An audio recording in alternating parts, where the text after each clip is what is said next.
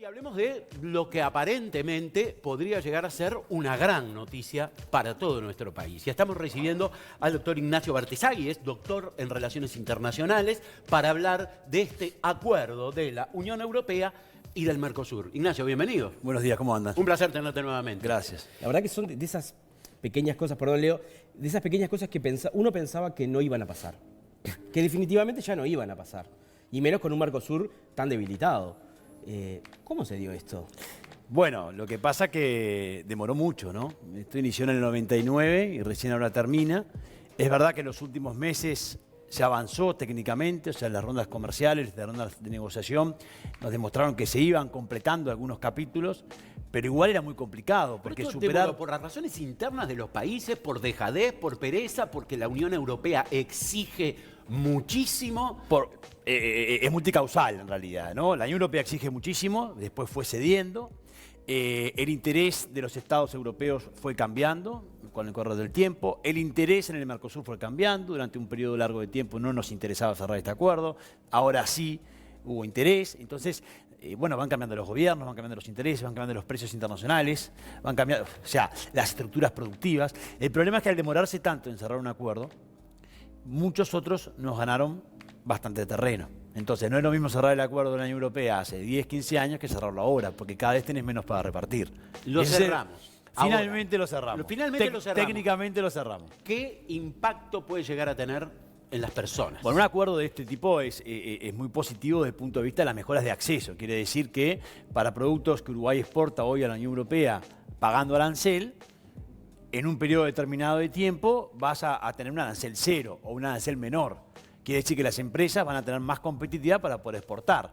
O se van a aumentar las cuotas, quiere decir que vas a poder exportar productos en mayor cantidad. ¿Eso qué implica? Implica que las empresas puedan exportar más bienes o más servicios, puedan contratar más personal, crecer más, puedan invertir más. Todo eso implica una mejora económica para el país, evidentemente. Sí, el subsecretario Pablo Ferreri daba un dato que es para mí muy impactante.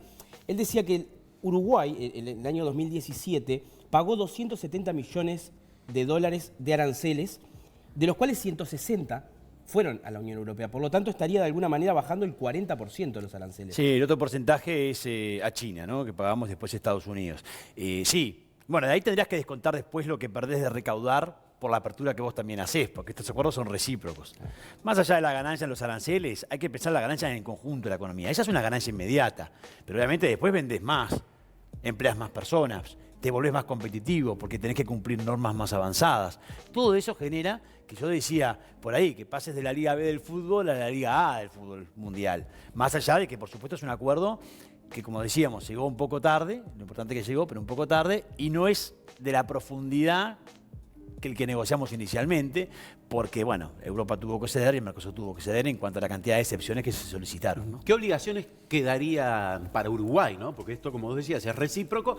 Sin duda vamos a tener que hacer deberes. Sí, por supuesto que hay aperturas. Digamos, Uruguay gana, el Mercosur y Uruguay ganan en el sector agrícola fundamentalmente, y la Unión Europea gana más en servicios y en el sector industrial. Quiere decir que el Mercosur y Uruguay abren a la Unión Europea en el sector de químicos, plásticos, sector automotor, en lo que tiene que ver con medicamentos, también en lácteos y en algunos productos alimenticios, como por ejemplo el vino, pueden existir amenazas, oportunidades, pero también amenazas. Entonces sí, aquí hay ganadores y perdedores. ¿De qué se trata? De que ganen más de los que pierdan, y los que van a perder, bueno, uno los identifique, trabaje con ellos, intente amortiguarlos, intente seguirlos en este periodo de apertura que tiene años, porque hay que aclarar a la audiencia que esto va a demorar mucho. Ahora recién se está revisando. El texto no está publicado, para empezar. Estamos hablando de lo que se ha adelantado por parte de las cancillerías. Entonces, ahora estamos revisando jurídicamente el acuerdo, después vienen las firmas presidenciales, la traducción en Europa, que estamos hablando más de 20 idiomas oficiales, eso implica mucho tiempo, y después empieza un proceso de incorporación al Parlamento Europeo y los parlamentos nacionales.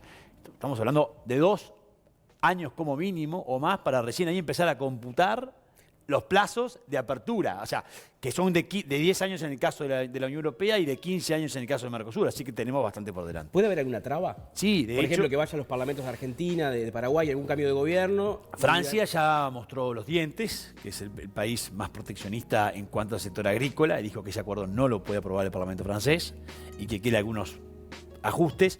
Eso no es recomendable porque la negociación ya se cerró. Entonces, si ahora Francia quiere ajustes, implica abrir nuevamente la negociación, porque el Mercosur también va a pedir ajustes. Eso no creo que vaya a ocurrir, lo que sí los debates en los parlamentos van a ser fuertes. Y en el caso argentino hay mucha molestia en el sector industrial y un eventual cambio de gobierno en Argentina podría afectar la discusión en el Congreso argentino. Hay que reconocer que sí. Un poco lo que decía también Leo al comienzo, ¿no? Esto pensábamos que nunca iba a suceder. Si uno hablaba del Mercosur, no veía justamente un bloque económico fuerte, ¿no? Más allá de la interna, ¿verdad? Para afuera uno no veía un mayor impacto. De alguna manera hay como una legitimación internacional del Mercosur. Esto le da aire al Mercosur. No quiere decir que el Mercosur no siga teniendo problemas estructurales que tiene que discutir y que tiene que reformularse, que tiene que mejorar mucho su agenda interna, porque es un error ahora pensar que, bueno, como decía, sí, ahora estamos en la Liga del Fútbol y nos preocupamos de las reformas internas. No, sí, es una muy buena noticia, le da aire al Mercosur, pero no a quedarse, porque sí lo pone en un lugar distinto. El cerrar un acuerdo con un actor tan desarrollado como la Unión Europea hace que Japón se interese en vos, hace que Corea del Sur se interese en vos, hace que hasta el propio Estados Unidos empiece a mirar, porque es con Brasil que cerraste, digo, quitando que el Mercosur, pero a ver, es Brasil, estamos hablando de una gran economía a la cual le das apertura al mercado europeo, también vos te abrís en el sector automotriz, muy relevante para Brasil y para Argentina, te abrís en otros sectores, entonces claro, los otros actores internacionales empiezan a mirar el Mercosur con un poquito más de respeto. En eso, Claro, los en chinos, eso por está- ejemplo, se van a poner celosos. Y bueno, podríamos decirlo. todo llevarlo. sí, el problema ahí que es que ojalá que se pongan celosos y ojalá que nosotros, actuemos en consecuencia con esos celos y digamos, sí, quiero cerrar también un tratado con China. El problema es que después el Mercosur, en particular Brasil y Argentina, todavía van a tener dificultades para abrirse a determinadas economías. No es lo mismo cerrar un acuerdo con la Unión Europea con tantas excepciones como tiene este acuerdo en particular, que abrirse con China, que tiene un nivel de competitividad bastante mayor en algunos sectores todavía industriales que pueden afectar a Brasil y a Bueno, Argentina. arrasar un país, un bloque económico como el Bueno, China, más que arrasar pueden generar cambios estructurales en la industria que obviamente generen impactos en el empleo, en el crecimiento, en esos sectores. Ahora, en el conjunto de la economía, todos los informes lo que dicen es que en el caso de Mercosur, gana más el Mercosur que la Unión Europea y gana fundamentalmente en el sector agrícola, lo que no quiere decir que algunos otros sectores, algunas otras empresas se vayan a ver afectados porque así es el comercio, ¿no? Así que entonces, esto estaríamos en 2 o 3 años por Para delante. sí. ¿Este es un logro que podría atribuirse este gobierno, que se lo puede atribuir el país, que se lo pueden atribuir el sistema político, el económico? ¿De quién es este logro? Bueno, en realidad, lógicamente que es Macri quien lidera más el cambio de posición. Después Bolsonaro, en lugar de revisar cuando asume el acuerdo, termina de apoyarlo. Entonces los dos grandes de la región querían este acuerdo. El gobierno uruguayo, de varios colores políticos, todos quieren este acuerdo. En realidad lo que hace este gobierno es continuarlo, apoyarlo, liderarlo en las negociaciones y poner las negociaciones trabajando en ello, lo que está muy bien, ¿no? Entonces hay una continuidad. Para Paraguay y para Uruguay este acuerdo hace tiempo que se viene reclamando. Las diferencias estaban en Brasil y en Argentina, donde ahí sí hay un cambio. Y desde Europa también hay un cambio, porque la Unión Europea quiere dar una señal de apertura al mundo en momentos de guerra comercial, de un Trump que golpea la mesa. Ahí Europa dice yo quiero el libre comercio y lo cierra nada más y nada menos con una región importante como el Mercosur, pero también a Europa le interesa cerrar cuanto antes y eso nos favoreció. Cuantos más acuerdos pueda cerrar antes de que el Reino Unido se vaya. Te iba a preguntar sobre el Brexit, Sí, de qué manera el Brexit, podía y jugar. marcó mucho porque el Reino Unido es un solo país y además no tiene el problema agrícola, entonces puede cerrar muchos acuerdos rápido una vez que se vaya de la Unión Europea, porque la Unión Europea tiene que negociar el tema agrícola que le implica otros tiempos y además son 27 miembros.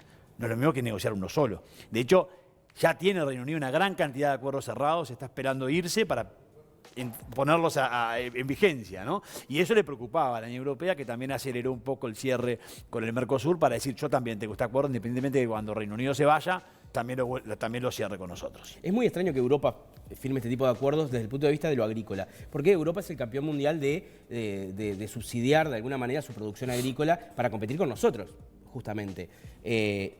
La pregunta es ¿por qué? O sea, ¿por qué en este momento genera este acuerdo, que es un momento en el cual, digamos que los agricultores en Europa no están en la mejor situación? De acuerdo, hay dos cosas ahí. Los subsidios, estrictamente, que es cierto que la política agrícola común de la Unión Europea ha bajado en términos de valores absolutos y también en términos porcentuales del presupuesto europeo. Quiere decir que subsidian cada vez menos, lo que no quiere decir que se siga subsidiando. Subsidian cada vez menos. Los subsidios no forman parte de la negociación de este acuerdo. La Unión Europea no negocia subsidios en este acuerdo. O sea, esa libertad la va a seguir teniendo. Ahora, lo que sí negocia es apertura en el sector agrícola, que sí protege. Te da más cuotas y te da baja de aranceles. Y ahí hay, pero tampoco es tantas las cuotas que te dieron. Aquí estamos hablando de 99.000 toneladas de carne, que es muy poco en términos de consumo europeo de carne, por supuesto. ¿Sí es relevante para Uruguay? Sí, porque vos mejorás la cuota que tenías sustancialmente y además bajás el arancel intracuota que tenías en la cuota que tenés vigente. O sea, hay una mejora de acceso, pero tampoco creas que es tanto lo que nos dan a cambio de lo que ganan, porque ganan bastante en industrial y en servicios, y ganan en compras públicas, y ganan en otros capítulos que se negocian. Porque es bueno verlo de ida y vuelta, ¿no? Hay que verlo siempre de ida y vuelta. Claro. Ellos dan, es verdad, pero también reciben. También ganan en un mercado y ganan en lo geopolítico también, porque no es nada menor el hecho de que al cerrar con el Mercosur, la Unión Europea se da el lujo de tener acuerdos con Canadá, con México, con Canadá cerrado hace poco, relativamente poco, renegoció el acuerdo que tenía con México, tiene acuerdo con el Caribe, tiene acuerdo con el mercado con Centroamérica, tiene acuerdo con los países andinos, o sea, con Perú, con Colombia, con Chile, lo cerró con Ecuador, no está vigente, tiene acuerdo con el Mercosur, o sea, prácticamente tiene acuerdo con toda América, lo que le marca un diferencial muy importante respecto a Estados Unidos y a China, que son los dos actores que geopolíticamente siempre tensan esa relación. Vos hablabas de eso y me aparecía el Risk, el juego Y ese bueno, de conquistar pero- el mundo, ¿no? Yo me imaginaba conquistando, ¿no? Ataco Canadá, ataco Pero México. lo que pasa es que los acuerdos comerciales tienen mucho de geopolítica, Claro. y hay que seguirlos también desde ese punto de vista, además de una afinidad cultural y de cooperación que a Europa le interesa tener con el Mercosur, por razones históricas, y que siempre dice yo quiero diferenciarme y recuperar el terreno que perdió con China en estos últimos años, que ha estado muy presente en América Latina. Ignacio Bartesagui, muchísimas gracias No, por un estar con gusto. nosotros. Siempre Por un favor. placer y con muchísima claridad. Además. Muchas gracias.